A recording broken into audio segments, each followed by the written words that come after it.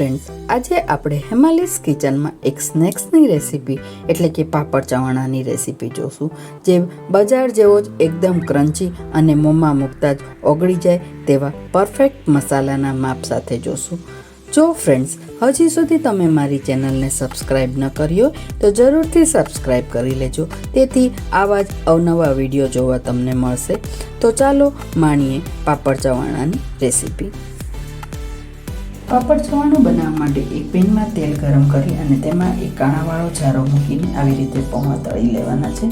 આમ તો પાપડ ચવાણુંમાં મમરા જ હોય છે, પણ અહીંયા મેં મમરાથી અડધા ભાગના પૌવા લીધા છે. હવે આ પૌવા તળાઈ જાય એટલે એને એક મોટા વાસણમાં કાઢી લઈશું અને હવે તેવી જ રીતે આપણે મમરા પણ તળી લેવાના છે. પાપડ ચવાણામાં હંમેશા તળેલા અને મમરા જ હોય છે. હવે મમરા ઉપર નહીં આવે, પણ તેને આવી રીતે હલાવીને અથવા ચમચી વડે હલાવીને તળવાના છે. અહીંયા મેં 2 ભાગના મમરા લીધા છે. હવે આપણા મમરા અને પૌવા તળાઈને રેડી થઈ ગયા છે. પાપડ ચવાણા માટે આપણે અડદના પાપડ તળી લઈશું. અહીંયા પાપડ ચવાણામાં અડદના પાપડનો જ યુઝ થાય છે, તેમાં ખીચિયા પાપડ આપણે વાપરતા નથી. આ પાપડને આપણે ખૂબ જ ધ્યાન રાખીને એટલે કે લાલ ન થાય તેવી રીતે તળવાના છે.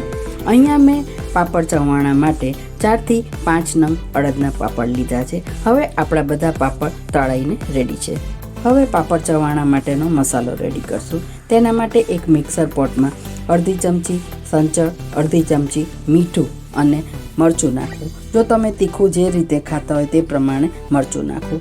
હવે પછી તેમાં આપણે અડધી ચમચી જેટલું ધાણા જીરું પાવડર નાખીએ છીએ અને આ બધું નાખ્યા પછી હવે તેમાં હિંગ નાખશું. તેમાં હિંગનો ટેસ્ટ વધારે સારો આવે એટલે થોડી આગળ પડતી હિંગ નાખવી. ત્યારબાદ તેમાં અડધી ચમચી જેટલી હળદર એડ કરશું અને આ હળદર નાખ્યા પછી તેમાં ગરમ મસાલો નાખવો. જો તમે તીખું ઓછું ખાતા હોય તો મરચું ઓછું નાખી અને ગરમ મસાલો તો જરૂર નાખજો.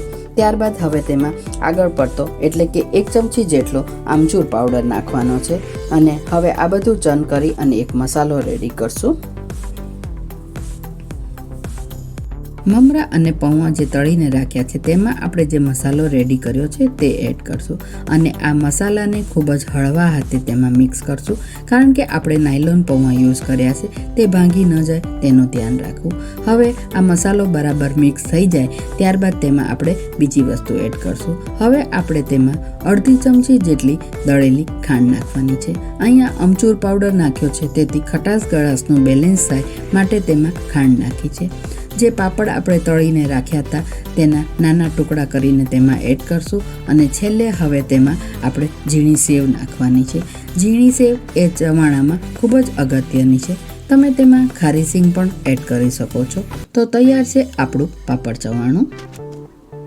ફ્રેન્ડ્સ, તૈયાર છે નાના મોટા સૌ કોઈ ખાઈ શકે એવો ટેસ્ટી ક્રન્ચી મજેદાર પાપડ ચવાણું. તમે પણ આ રીતે ઘરે જરૂરથી બનાવજો અને બધાને ખુશ કરી દેજો. પણ મને તેના વ્યૂ કોમેન્ટ બોક્સમાં જણાવવાનું ભૂલતા નહીં અને આ પહેલાં મારા વિડીયોને લાઈક અને શેર કરવાનું પણ ભૂલતા નહીં. મળીએ નેક્સ્ટ રેસીપીમાં. ત્યાં સુધી બાય બાય.